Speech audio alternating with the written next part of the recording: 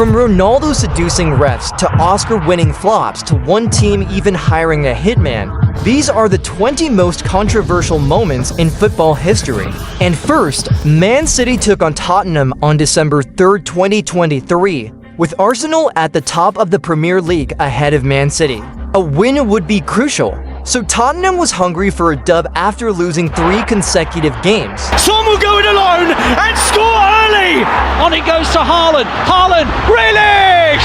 City 3, Spurs 2! Everything seemed to be going well until disaster struck. Brennan Johnson in towards Richarlison. Kulusevski! What a header! 90th minute! Cross comes in and it's still kept alive, but now they've lost it and Rodri plays it to Haaland.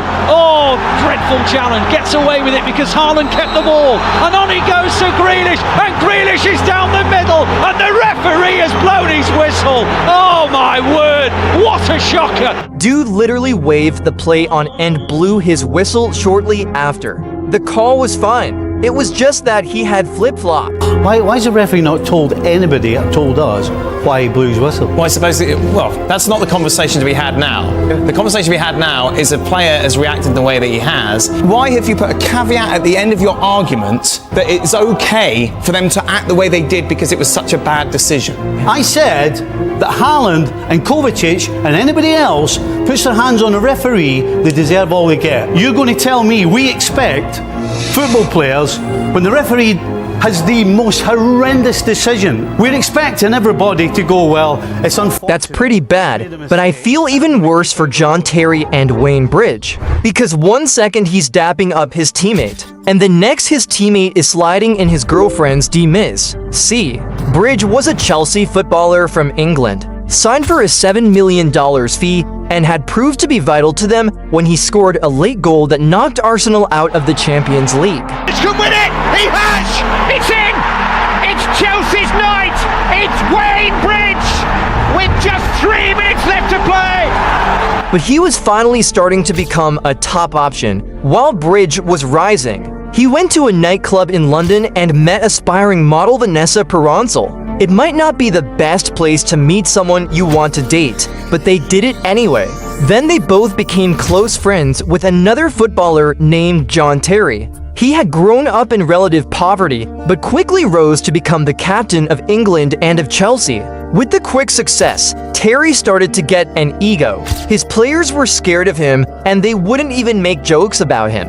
Bridge was pretty much his only close friend on the team, but Vanessa and Bridge split up after 5 years of dating. Terry started visiting Vanessa at their home only a couple of weeks after they had broken up. And so rumors quickly surfaced saying that they were having an affair. John Terry also had a wife at the time, so he had also cheated on her. Terry never spoke about it, but Bridge's ex-girlfriend did, and it made Bridge and Terry's football relationship hella awkward. However, Bridge had left Chelsea for Man City already, but he also decided to leave the England national team. He's released a statement via his lawyers to say his position in the England squad has become untenable and potentially divisive. Then shortly after, John Terry was removed as captain of England and of Chelsea. This caused a rift among English players, making them each want to take a side. To be honest, that's none of my business, so it's not for me to talk to him over that. For a guy who's cheated on his wife multiple times, Rooney doesn't seem to have any good insight. So when Terry and Bridge finally met on the pitch for the first time,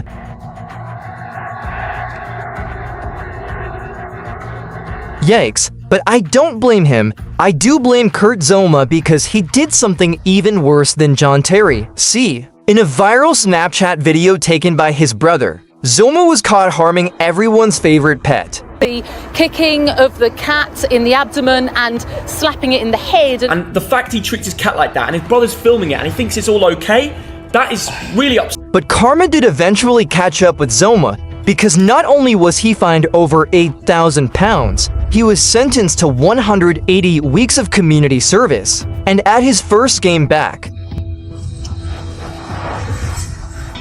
that's how your cat feels. That's how your bills.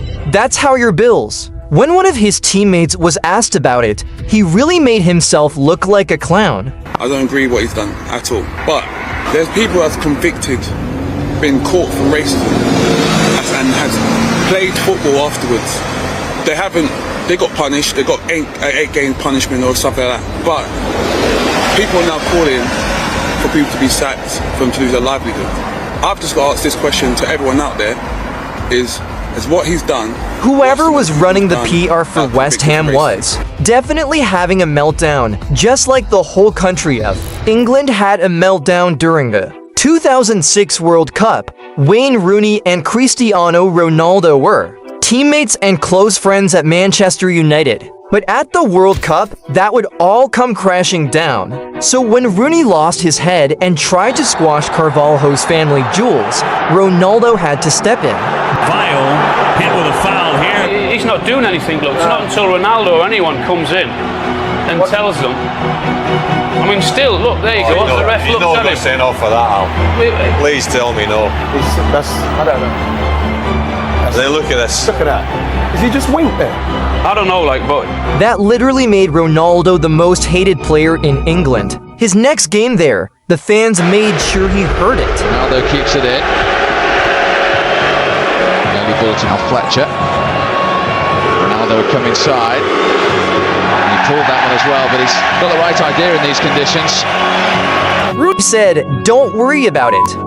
I said, don't worry about it. I would have done exactly the same thing when you're playing England v Portugal. I don't think anyone else would have done something as disgusting as Frank Rijkaard did after challenging Rudi Völler. It was the 1990 World Cup, the Netherlands versus West Germany. Since Nazi Germany occupied the Netherlands during World War II, they had an insane rivalry. Many Dutch citizens still hated their guts, and they lost to West Germany in the 1974 World Cup final. Did he spit at Völler as he ran past? Was that my imagination? Let's hope. What's even worse than spitting at someone in the World Cup is straight up cheating. France and Ireland went up against each other in a do-or-die World Cup qualifier. France had won the first leg in Dublin, and now Ireland had to win this. Ireland played well, and it was 1-1 by the end of regular time, pushing the match into extra time. It caused one of the most controversial moments in football history. Done last night. Oh, Henry! Oh, it's in the net! It's a goal! I think the Irish players are appealing for a handball here. Now, is it control with the hand? I think Paul McShane should have dealt with it, George. It was certainly a handball. He almost caught her and brought it back into play and put it across. So, of course, your reaction would be, yeah, you do feel cheated. But then after that, the abuse that I got, I received letters, death threats. My daughter had to go to school with a bodyguard for 2 weeks because I was scared. We know where you live. I was in Barcelona, don't get me wrong, but my daughter was still here. That is f***ing terrible. The Irish Football Association had been planning to embark on legal action against FIFA over their controversial failure to qualify. Now FIFA, under fire from all sides, is openly admitting that they paid the Irish Football Association for its silence. €5 million, in fact, according to Irish media. The cash initially took the form of a loan, which FIFA admits was paid to put an end to any claims against FIFA. Wait, you let me hold my bill. FIFA, please. However, Sir Alex Ferguson doesn't need any money, but he should have bought the respect of Arsenal. Cesc Fabregas did something in the locker room that will be a part of football history forever. Arsenal had just lost their 49 unbeaten streak to Manchester United, so things got heated when they met in the tunnel on the way to the locker room.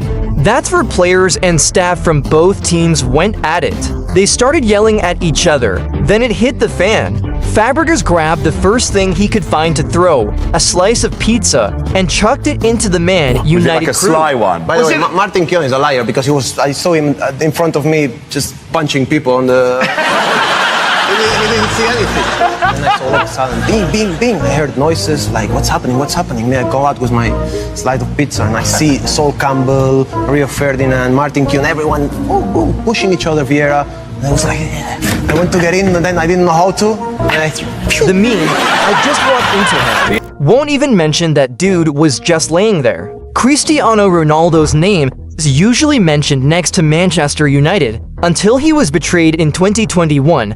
He left Juventus to rejoin Man United after being away from them for over a decade. He came into an absolute show. 3 managers had come and gone. Erik ten Hag took over as the permanent manager. So when he came in, Ronaldo played a lot less. He sat on the bench, and this really pissed Ronaldo off. Finally, Ronaldo came out with a bombshell of an interview. The empathy with the coach is not good. I'm honest. You don't have a good relationship with him? I'm not mean good relationship. The empathy is not good, let's say. Do you think he respects you? I think you don't respect the way I should deserve.